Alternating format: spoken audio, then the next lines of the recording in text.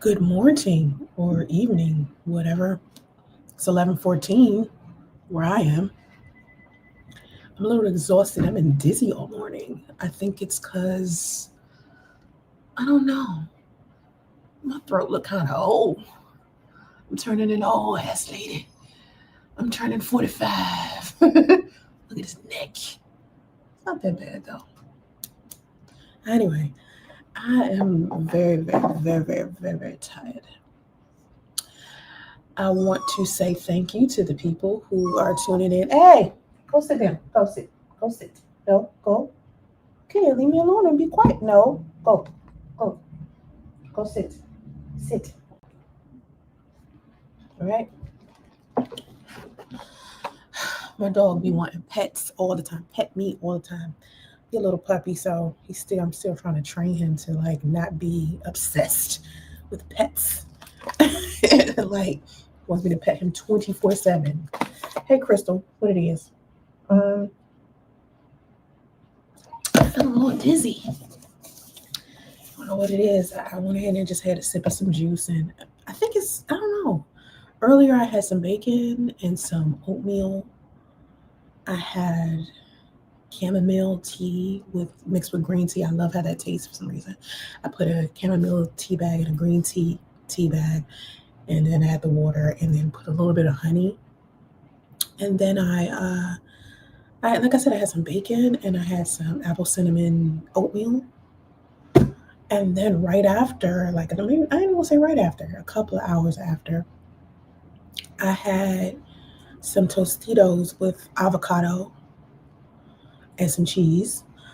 And I just sipped some apple juice a minute ago, but I feel dizzy for some reason. It could be my hypoglycemia because y'all don't know, you might know, but my blood sugar drops easy because I don't eat a lot of sugary stuff. Like I don't like a lot of like candy and soda. I don't drink all of it. I drink water and tea. And so I think the only carb I'll have is like bread or like Tostitos or, pasta.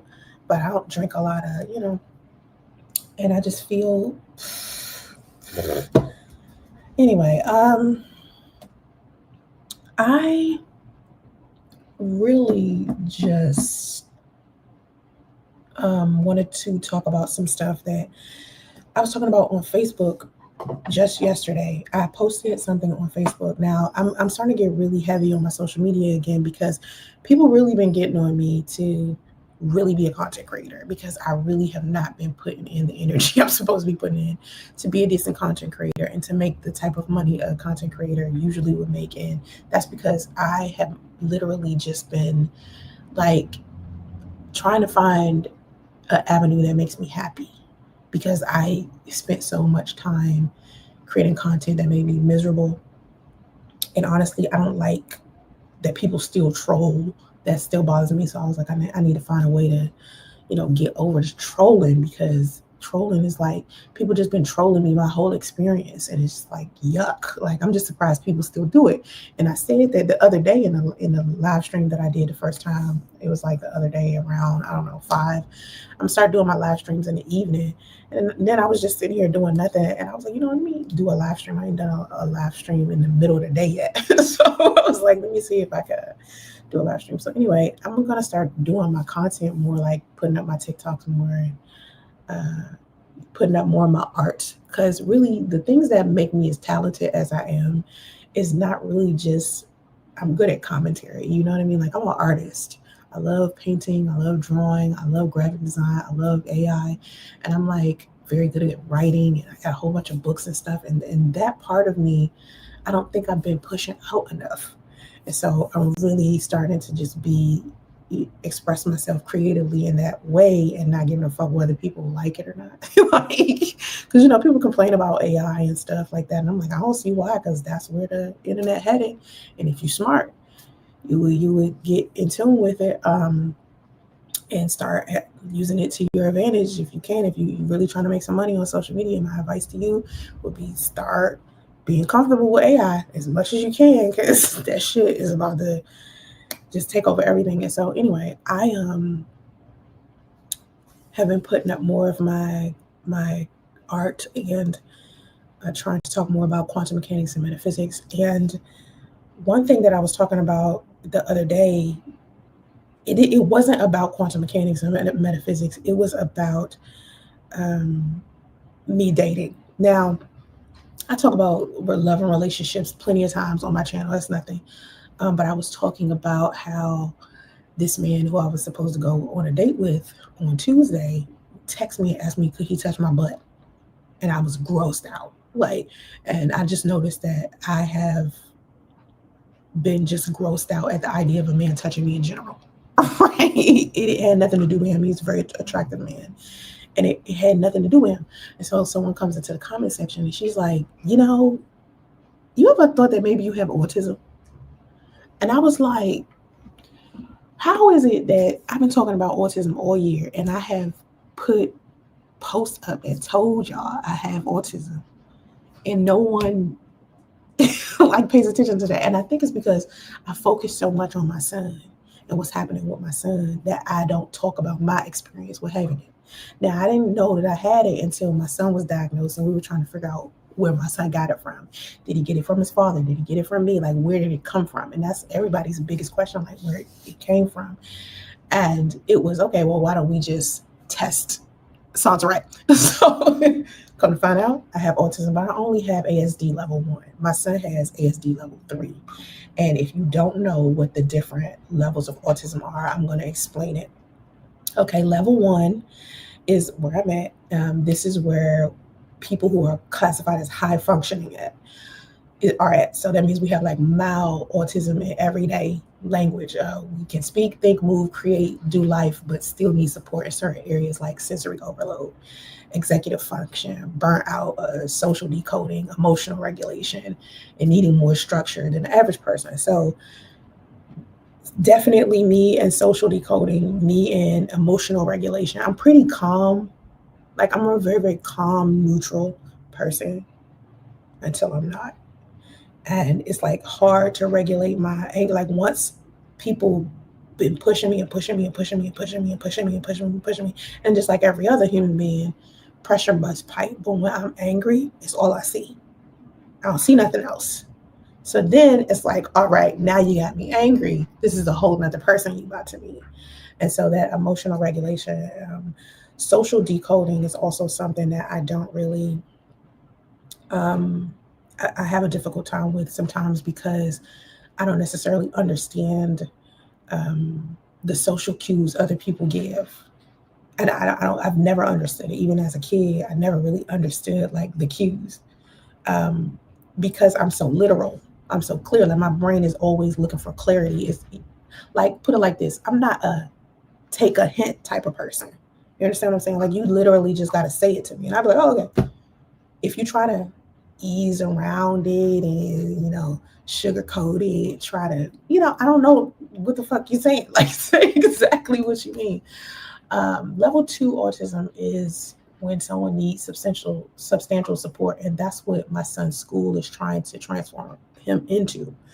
They're teaching him things so he can no longer be level 3. Level 2 is, this is when someone still communicates and engages, but needs more regular help with daily functioning, communication, and sensory challenges. And the biggest thing with my son is he's struggling with daily stuff, right? He's a lot better than he was, though, but he's struggling with daily stuff. Level 3 is when they really, really need substantial support. That's where he's at right now. And it's the deepest end of the spectrum. These people usually need consistent help with communication, daily living, often having significant sensory, behavioral, and developmental issues and challenges. And so he's not intellectually disabled. A lot of people think he's, people who have autism also have an intellectual disability, but the spectrum is big. So a person could be level 1, like I am, and have an intellectual disability or not, or an autistic person can be level 3 and have an intellectual disability or not. You know what I'm saying? So it just depends on the person. So sometimes I feel really intense. I think in patterns and systems. I struggle with social energy. Like I said before, I get overwhelmed by a lot of noise and a lot of chaos. My environment is always quiet. I like quiet. In real life, I'm a very soft-spoken person. On social media, I look really, really like rough and, like loud, but that's because I turn the microphone up and I'm like super animated. But when you in real life with me, person to person, I'm very calm, very chill. I sit back. If I'm in an environment where it's a lot of people, I definitely sit still. I don't move around. I'm not the life of the party and all that shit. I have a seat. I might have to be drunk in order to be the person that's like moving around. I need routine. I have hyperfixation and I have creative bursts, right? Where one day I'll just be so creative where I can just create shit all day, all day. And it could last me for a whole week. And I'm just creating, creating, creating, creating, creating. It could be painting, it could be graphic design, it could be videos, it could be anything. I'm just doing stuff and I'm just going and going and going and going. And then suddenly it'll stop. And for like 2 whole weeks, I can't think of anything to create. I can't write a book. I can't make a graphic. I just literally sit there and I just be staring at it, trying to figure out what to do. Um, I don't do masking. My son, they teaching my son how to mask. Mask is basically them learning how to behave a certain type of way in public to hide the fact that they have autism. So they're teaching my son how to behave like other people, so he can mask autism if he needs to, right? I don't do that. I never learned to mask. I was never taught to mask because I guess, when I was younger and people was looking at me like she might be a little like off because I was like nerdy and quiet and like super smart and getting straight A's in school and all I cared about was learning and reading and books and shit like that. And I liked classical music and I played the flute and the piano and all of the things that I was doing that could be considered, oh, she's a geek, oh, she's just whatever, and she's kind of quiet, we don't know why she doesn't talk, we don't know how to get to her. They was just assuming, oh, she's just a geek. They didn't realize, oh, she could have autism, because back then in the 80s and the 90s and shit, they weren't really, you know what I mean? You would have to have been like extremely intellectually disabled for them to classify you as having autism. So anyway, now when I look back at my childhood and some of the symptoms my son had, I had, and some of the other symptoms that autistic children had, I had. And so now as an adult, um, because I never learned how to mask, I don't even mask, I just be quiet. You know what I mean? Like if I'm somewhere and I'm feeling like, I don't know, a little off, like I'm having like a sensory overload, I don't crash out like, you know what I mean? Like my son do. Y'all seen my son going like this and, losing it. My crash out different. I get real quiet and still. And I just be like stuck. You know what I mean? For a second, I just be sitting there. So that is my crash out. My crash out different when I get angry though. Angry crash out is different from I'm having a sensory overload crash out and I need to sit still and let my brain just shut off. And so in my own lane, I have a good life. When I try to live a normal life is when I get drained. When I try to live how normal people live, like sometimes I look at people who have like this regular job, they have this regular 9 to 5 life, they do all these regular things, and I'm like, how come I never been like that? Like, how come I never been the type of person that, does all the regular stuff regular people do? And I just never fit in with that stuff, and I didn't understand why. And that's because normal life, I don't know, it doesn't feel like it's my lane at all. But what people used to call who I am is Asperger's. They used to call my level of autism Asperger's, just to give you a little bit of clarity. They don't use the term Asperger's anymore. Asperger's is an outdated term. And so anyway, my son, on the other hand, has this longer list of things that he's dealing with as an autistic kid. But he did play in the Special Olympics. Yesterday, he did play basketball. This is second place.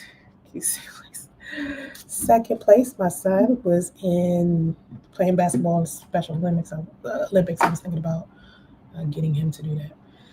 And so anyway, we were back to what I posted on Facebook. So we were talking about how I am with touch. And I always had an issue with touch, right? I always felt uncomfortable with other people touching me.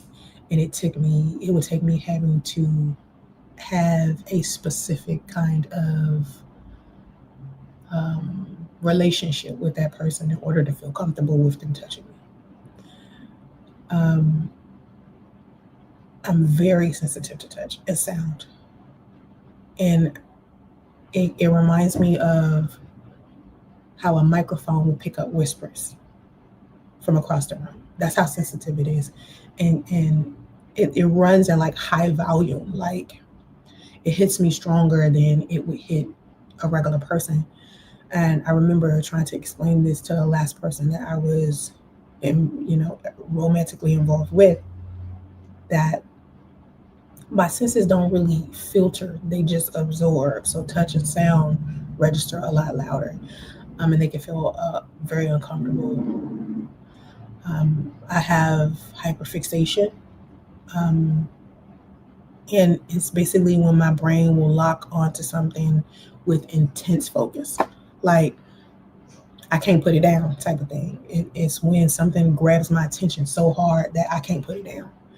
And that's actually the stuff that success is made for.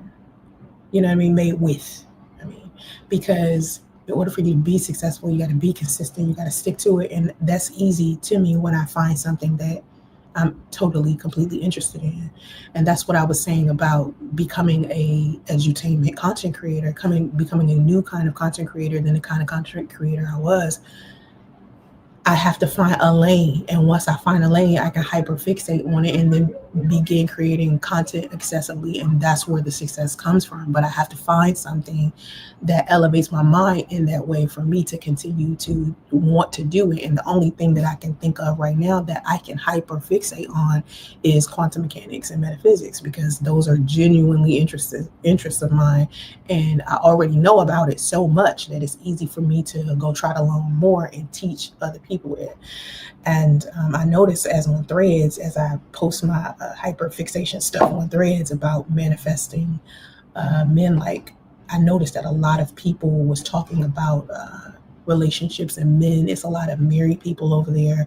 It's a lot of people who just got married, a lot of engaged people, a lot of single women looking for a husband, a lot of single men looking for a wife.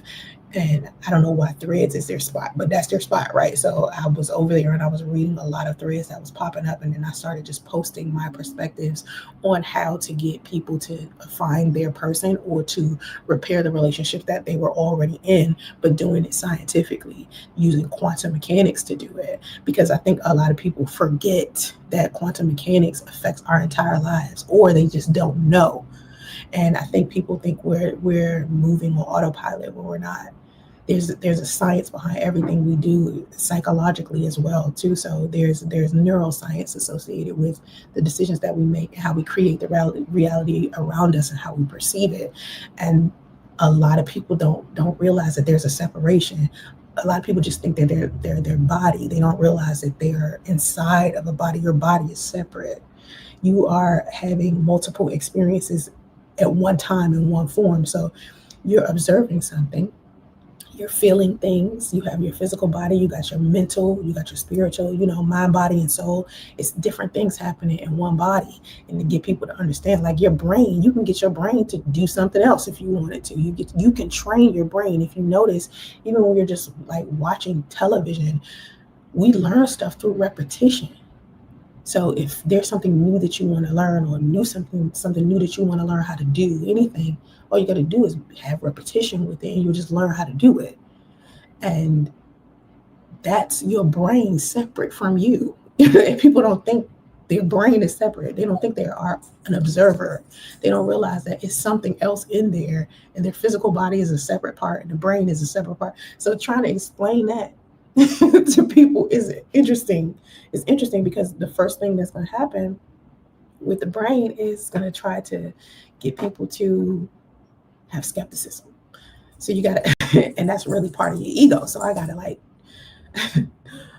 tell people's egos, calm down, because the ego try to protect you. So it's going to give you skepticism first. It's going to protect you because you've built a habit with it already. So when you're trying to change the habit or improve, the first thing that happens is your ego starts being like, no, we're going to stick to this stupid shit that we've been doing because it's habit. You know what I mean? And it starts giving you all of these like intrusive thoughts and negativity because it's trying to protect you. Your brain is literally trying to protect you. And when you try to do something different, it's hard. Like when people try to quit smoking, or when people try to lose weight, or when people try to just transform, it becomes difficult because their ego tries to start saving them and convincing them to go back to the old habit. And instead of ignoring it and saying, no, this is what I want to do, I'm training you to do something else, brain, or I'm training you to do something else, body, people would be like, never mind, I'll just go back to back fatting. I'm gonna go ahead and eat some Oreos and drink some butter with it. You know what I'm saying? Some shit like that. So anyway, I'm very sensitive to touch. That's what I was trying to say. But um, there are some other things that I do that are like sensitive. I mean, I'm big on pattern recognition, and like I said earlier, I'm like comfortable with like direct communication. I'm very literal,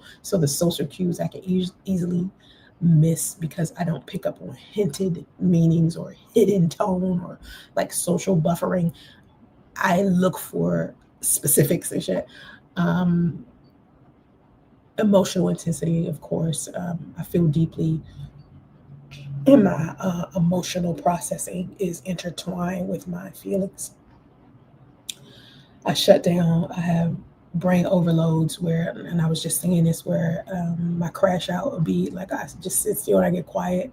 It's because my brain is like over processing a little bit. Um, Routine and structure is good for me. Um, let's see. I got non-linear thinking. Like, how can I explain this in a better way? My thought process will jump across like concepts like a constellation instead of a straight line. So I can connect a whole bunch of different things in different ways instead of going like this, like the average person. So I'll be moving, but I'll go this way and connect this back to this and connect this back to this and connect this back. You know, understand what I'm saying? I'll be pulling from different things to go up. Basically, I can only explain that. That's the best I can do with that. I can't explain that. High memory retention. There's a lot of things I do remember, but it's certain things that I forget, and I'm like, why did I forget that? I'm usually good with facts and patterns. Like I was talking the other day about how I'm so good with dates. Like I can remember the date of something like it's nothing. I remember certain sounds. My son is the same with sound. He remember any sound. He can make any sound. Like he hear a sound maybe once or twice. He know that sound. Period. He may not like if he. That's why he's been so good at linguistics.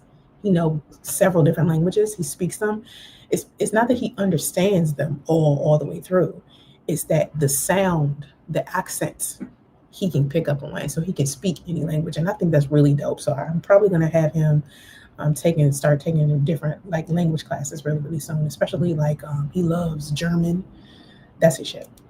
And so and Russian too. He likes Russian. Oh, one thing that I did, like I don't talk about enough as being autistic myself, and my son being autistic. I think I talked about this maybe twice, but my son and I used to um, use telepathy to talk.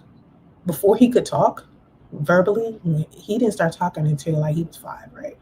And you know, kids supposed to start way before then, but he didn't start like saying a couple of words until like maybe having like a phrase to some degree until he was like 5. Before that, he was just making like sounds. Even to this day, it's still hard to have a conversation with him. Like you can't have a conversation with him. He don't know how to do that yet. At 7, he still don't know how to do that. But when he was 5, and before that, we used telepathy. And people, when I try to say this to people, they don't understand it because the average person doesn't use telepathy. You know what I'm saying? Like, what the fuck are you talking about? We talk through energy or like through our mind.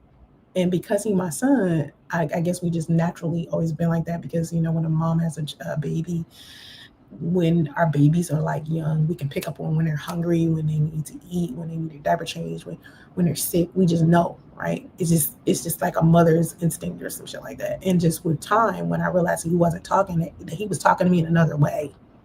So I started talking to him in that way.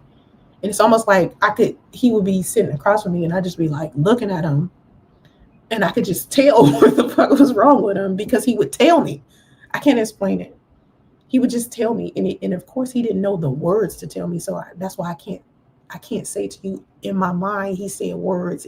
He didn't say, "Mommy, I'm hungry," in his mind, and then it came into my mind as, "Mommy, I'm hungry." No, it was just like an energy thing where he would just say it in his energy though, and I would just be like, oh, "Okay," you know what I mean?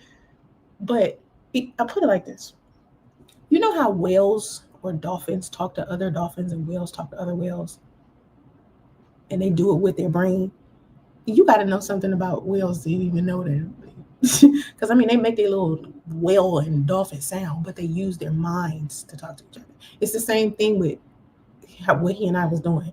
Now, like I said before, I think I talked about this before, but not to the degree I'm talking about it now.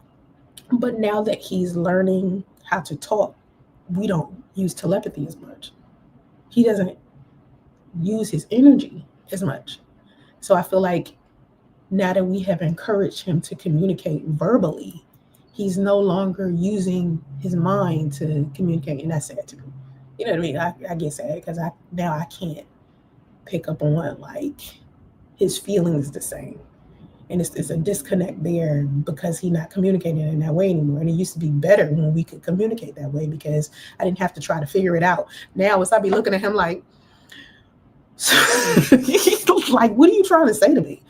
But we've been encouraging him to talk. So anyway, telepathy is one of those things that some people who have autism can do. I'm not saying that that's something most people with autism can do, but remember, there's different levels. It's a spectrum, and you got geniuses and savants, and all types of people that can do different things with their brain. And just with he and I, we just had telepathy.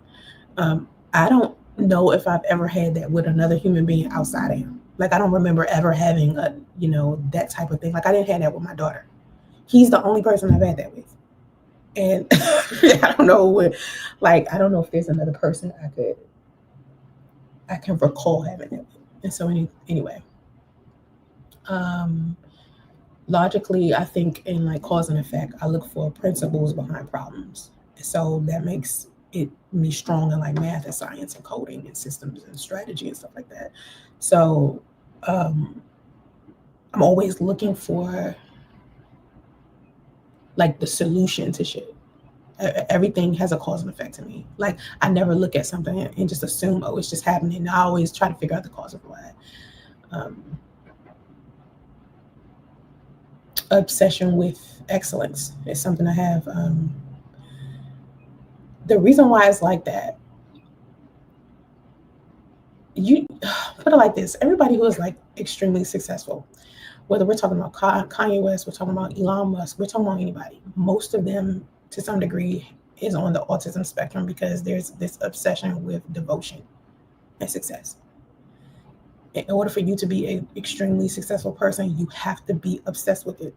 Y'all remember that song that Eminem had about losing himself in music and how you only got one chance? Opportunity comes once in a lifetime, so you got to be like obsessed with what you're doing so you can be always prepared. Your obsession, if you would just be obsessed with whatever it is that you want to do in life, I mean, literally something that's extremely beneficial to you, I promise you, for some reason, you being extremely obsessed with it just brings the success to you. I can't explain. I don't know why. It's just something. It could be just brainwave. Like, you're thinking about it so much. You're looking at it from the bottom, the top, the left, the right. You are observing it the best way you can, and you just started pulling it in. That's the only thing I could think of as I'm listing all of my experiences as an adult with autism. But when we start talking about sex, this is what we were talking about. We were talking about sex because I was celibate for 6 years, right? And we were talking about whether that had to do with the fact that I don't want a man to touch me. I don't want to be touched. Now, keep in mind, I always had like this feeling that I only wanted to be touched by one person. I think a lot of people feel like I had like this excessive sex drive because I was like a model and I was polyamorous for about 2 years. But even with polyamory, I had connections with the people that I was with. Like I was literally for 2 years, right, with the same set of people. I never like me and the guy I was dating like had a girlfriend. You know what I mean? Like we had people that we would have sex with over and over and over again. So it wasn't like I was having multiple sex with people in different places. We just had relationships. So I was just basically in more than one relationship. So it had nothing to do with sex. But a lot of people think because I was poly that I was like open sexually, but I was not. Like my sex life was not as lavish and loud as people like people I don't know, people always be like, she got a checkered past, some shit like that. Because or like because I had OnlyFans and I was like posting pictures of me on the OnlyFans and shit. And people just automatically assume, oh, she must be a hoe. And I'm like, nah, like my life dries. My sex life boring as like. And so anyway, I always been like real selective about who I let touch me. And since I broke my celibacy, um, in June, right, it's been difficult because number one, of course my sensory wiring is different from everybody else. So my brain interprets like physical contact as like a sensory event, not like a warm gesture. So I don't like hugging people. Like I always feel uncomfortable. I don't care who it is. I feel uncomfortable hugging people. My daughter's the same way. She don't like hugging people. So um, even if it's somebody she might be bonding with, she still have a little discomfort there. So with me, if it's not somebody that I'm emotionally bonding with, and they ask me to, could they touch me, whether it's them touching me sexual or not, it's not flattering to me. Like it's alert.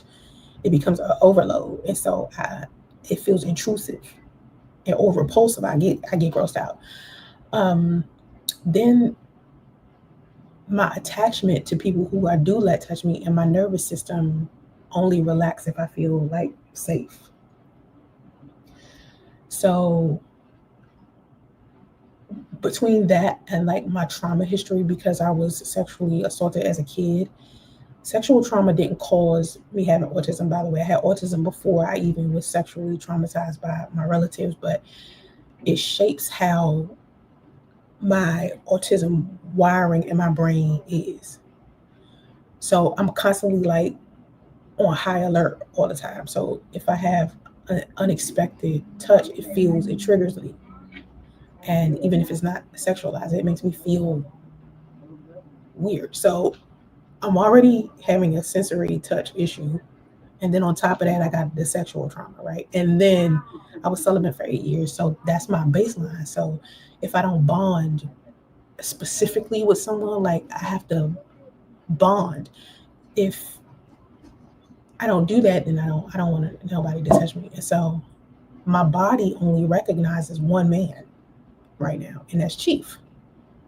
So, and I remember saying this in a video maybe a couple of weeks back where I was talking about dating, and I was talking about how dating another man, it feels like him touching me is like desecrating my body. It's like a man violating me or walking on a sacred temple that was only designated for a specific type of man or one man. So it's been hard to try to acclimate myself to the idea of me being with another man. Like that's hard. And I don't know why. Well, I do know why it's hard because number one, my autism sensory and my processing, and then my sexual trauma, and then the fact that I was celibate for 8 years. It's kind of like strange because a random man trying to touch me feels danger, but Chief touching me, it feels bonded, it feels familiar, it feels regulated, but at the same time, it's like having Stockholm syndrome because he betrayed me. So still feeling bonded to him is odd. Like, let me elaborate. When I broke my celibacy with Chief, I specifically said to him, listen, if you want me to trust you and you want me to do this with you again, you can't touch another woman. Because if you touch another woman, I'm not going to let you touch me. If you lie to me about it and I find out later on that you touched a woman, I'm not going to let you touch me. Okay? That was the rule. I said it from the beginning. He always knew that was the rule. So the whole time before I moved to Atlanta, between June 17, when I broke my celibacy, in August, when I moved to Atlanta, that's a little bit of time. That's not a long time at all. Think about it. June 17th, which was what, Father's Day, I break my celibacy with him. All right. July 17th, that's 1 month. Okay. 1 month. By the end of that month, he already knew that I was like moving to Atlanta. I get to Atlanta August 6th. We don't see each other because he's in Belize. He was flying out to Belize while I was flying into Atlanta. We see each other the second week I'm in Atlanta, which happened to be the 17th again. You understand what I'm saying? Because it's weird that it was 17th again. But anyway, we see each other the 17th, and then he admits, oh, by the way, I had sex with someone 2 weeks earlier. So the whole time he was lying, saying, oh, I wasn't sleeping around, I had to rethink, oh, well, maybe he was, if now he's telling me he slept with somebody 2 weeks earlier. So that means it ain't been a solid month since the last time we had sex. So he doesn't have the sexual discipline necessary. If you can't go 30 days without having sex, you know what I'm saying? You're going to cheat on me, right? And so that's where the Stockholm syndrome thing I was talking about comes from, because I feel betrayed because I was lied to. It isn't even so much that he was sleeping with other women. That bothers me, of course, because, you know, we were talking about having sex once we got married and once we decided to commit it, you know, and when he did say he did it and I was like not happy about it, he made it seem like he didn't owe me exclusivity, and that really bothered me because I'm like, out of all of the plans that we made, out of all the things that we said, this is what you're thinking. So now, mind you, I'm autistic, right? I already got this autistic mindset. I'm in sensory overload. He know I got autism, right? He knows. We've talked about it. So I got autism sensory issues. I got autism wiring. Okay, I got trauma in my history. I've been celibate for the past 8 years. Imagine what my relationship is like with my body at this point. So while I'm trying to move on to another man, it's been hard because the lie Chief told me changed the sensory imprint. So when he betrayed my trust, my brain didn't just feel pain. It felt disruption. And that feels different than the average person who would have like a heartbreak or their person told them a lie. It feels significantly different. It's like I was sick to my stomach. I mean, throwing up sick. I was crying so hard. My body was all over the place for like, and I was like that for 4 weeks. And I think it let up a little bit to that in that second week, and it was like the second week of September. When we broke things off in early September, right? That second week of September, I felt a little bit better and a little bit eased off a little bit. And then 2 weeks after that, she just came all over again. And it was just like, oh my God, it was so hard. I had never felt that kind of pain before. Like I never felt like when I broke up with my son's father and I was pregnant with my son, I was hurt, right? But not to that degree. Like that shit was a whole nother thing. And that's why I was saying in one of my live streams previously that this is when I started realizing, Like, falling in love with Chief made me realize I didn't love my son's father. There is no way, because when I was pregnant with my son and me and my son's father broke up, I didn't even want him back. I didn't even care. I didn't even care. And does that even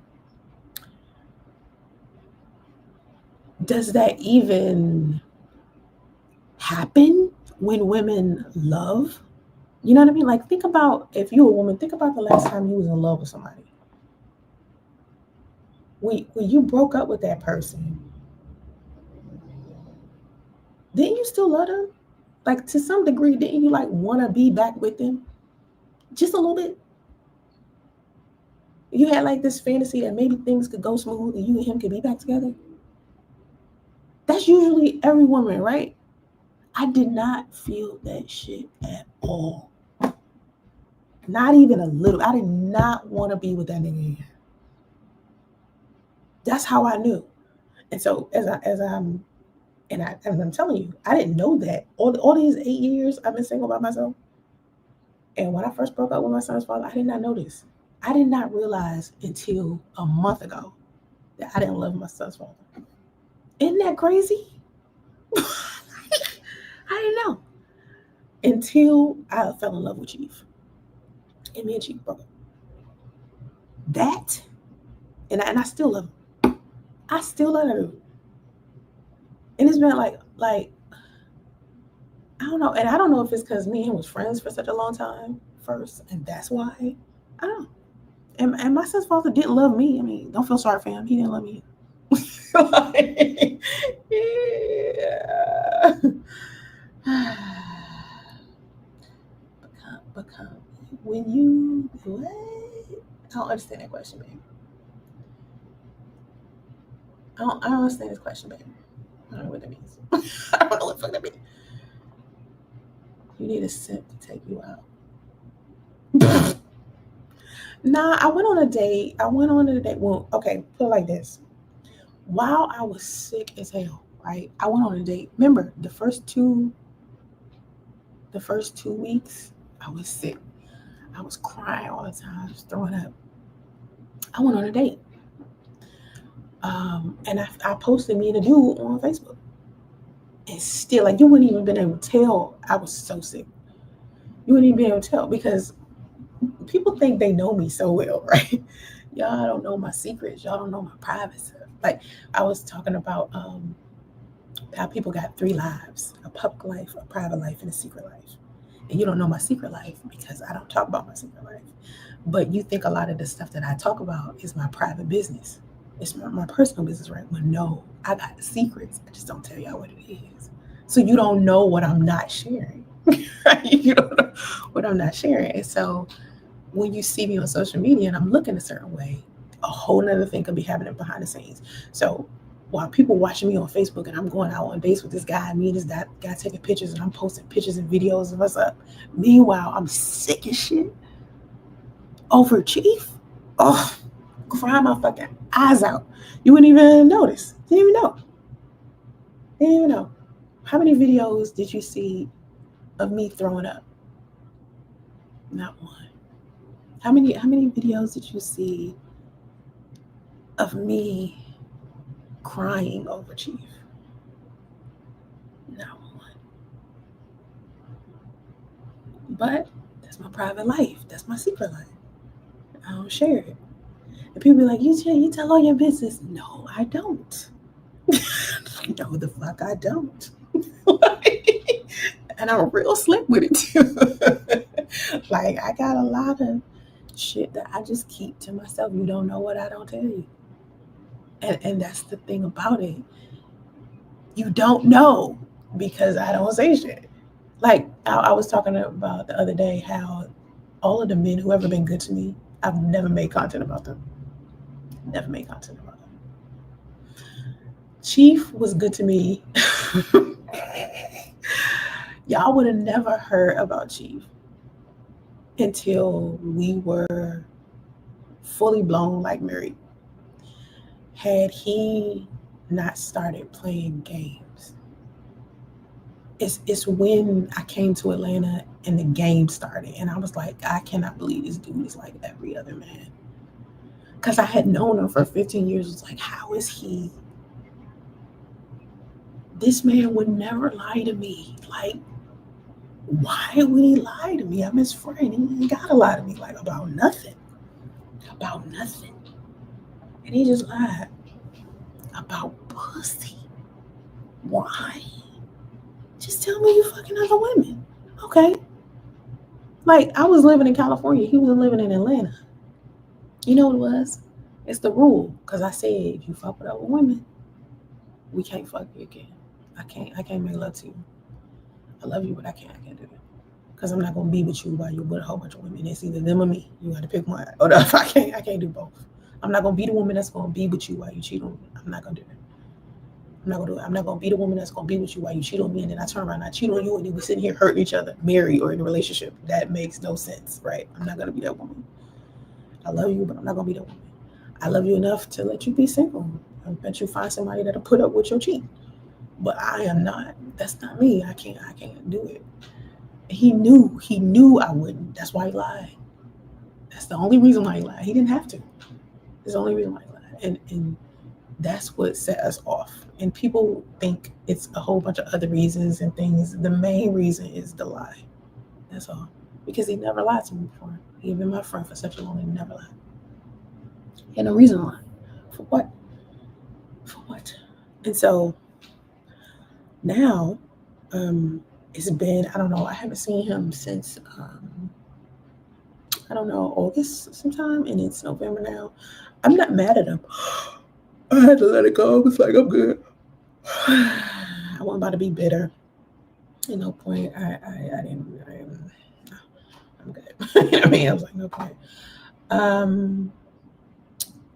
I do want to say this. For those of you who are tracking down donations, we are currently at $45. We need a total of $123. The daily goal for donations is 30 supporters donating $10 each. Yesterday, we received 5 donations. The platform is supported by your generosity. Creators need community support to keep creating. If my work adds value to your life, let me know. Your donations also help support our daily living expenses between my pay periods. I would appreciate it if you guys donated $5, $10, doesn't matter, because I need $123, and right now all I have is $45. I don't get paid until tomorrow, but I'm trying to pay for my room tonight for the next 2 days. So that means tonight I want to pay in advance for tomorrow and the day after, and I'm trying to do that so I won't be stuck in the last minute asking for donations, trying to make sure I don't get kicked out of here, you know. And just earlier this week I almost got kicked out of here because I was 320 here. It's 320. Still got the notice. $356 behind. This is my 1 day notice to pay rent or vacate premises, and this is the first one I ever got. Ever since I've been living in a hotel, and I was behind $356. So I ended up asking for donations, and I got $500. So I paid for this, and then I paid for the 18th and the 19th and the 20th. Now I want to pay for at least 2 days in advance. I don't want to wait for my check to hit tomorrow because sometimes it doesn't hit in enough time. So I want to get money tonight, and all I got is $45. So I want to at least get the rest. So if you can donate $5, $10, whatever you can, please do. I appreciate that so much. I no longer feel ashamed about asking for donations because I realized a lot of Twitch streamers, a lot of YouTube streamers, a lot of content creators ask for donations. And here I was sitting here feeling some type of way about it and letting people make me feel some type of way, calling me a bum and all of this stuff and being mean and shit. It's like, you know what? Fuck all that. My platform is supported by my community. This is going to be a donor supported platform, and every day the goal is going to be 30 supporters at $10 each to keep this going.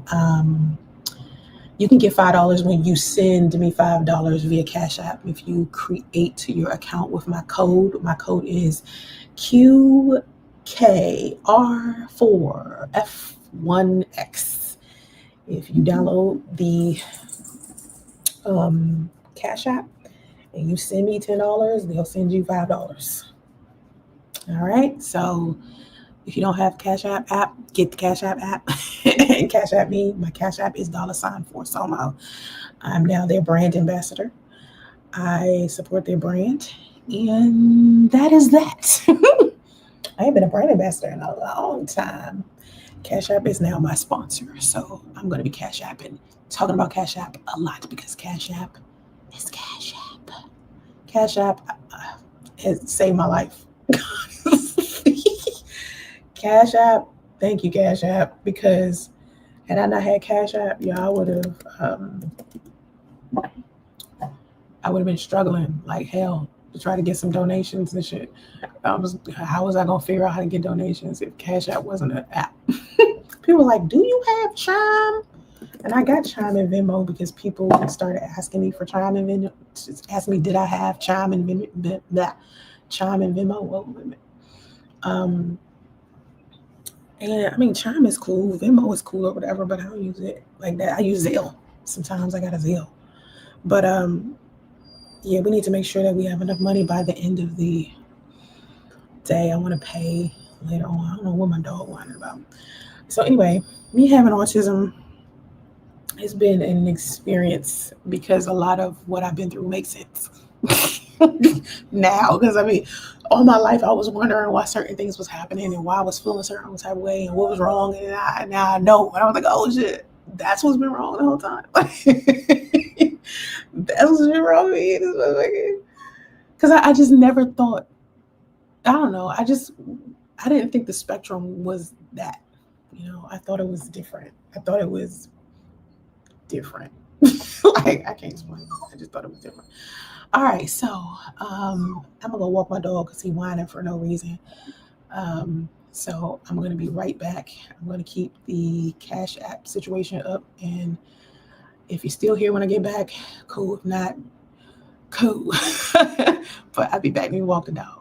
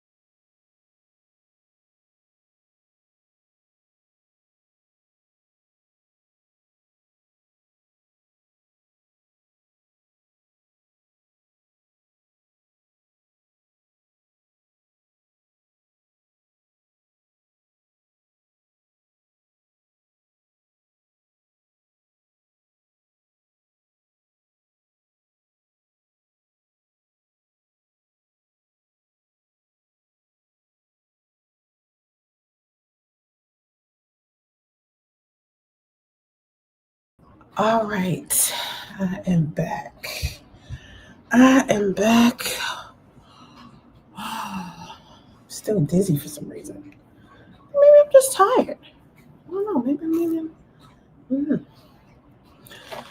Maybe I'm just. I don't know. I don't know. I got a lot going on. I guess I don't know. I feel all right. I don't feel bad. I feel pretty good, actually.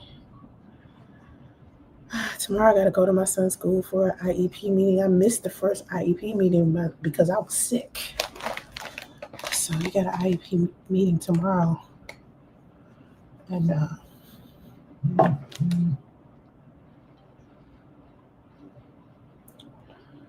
baggy sweatpants and the Reeboks with the strap.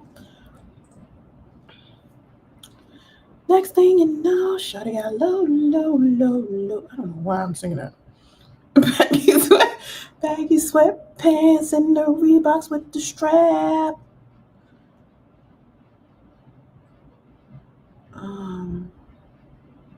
Not the Reeboks with the strap. Not the Reeboks with the strap. I don't even know why I got this. You know what? T-Pain is still T-Pain. He got this song out called Club Husband. That shit funny. Every time I see that video, I'll be laughing. But it's like, I don't know if it come on the radio now. I don't even listen to radio like that. I don't watch TV no more. Like, I'm a completely different type of person. Like, all I do is read. And I always love to read, but now all I do is read. And I might watch I don't know, YouTube video here and there, manifestation video or something like that. Anyway, have I been on? Oh, I've been on here an hour. Well, technically, yeah. The dog. I walked the dog. Anyway, if you can donate, please do. If not, please at least thumbs it up. And I'll see y'all next time.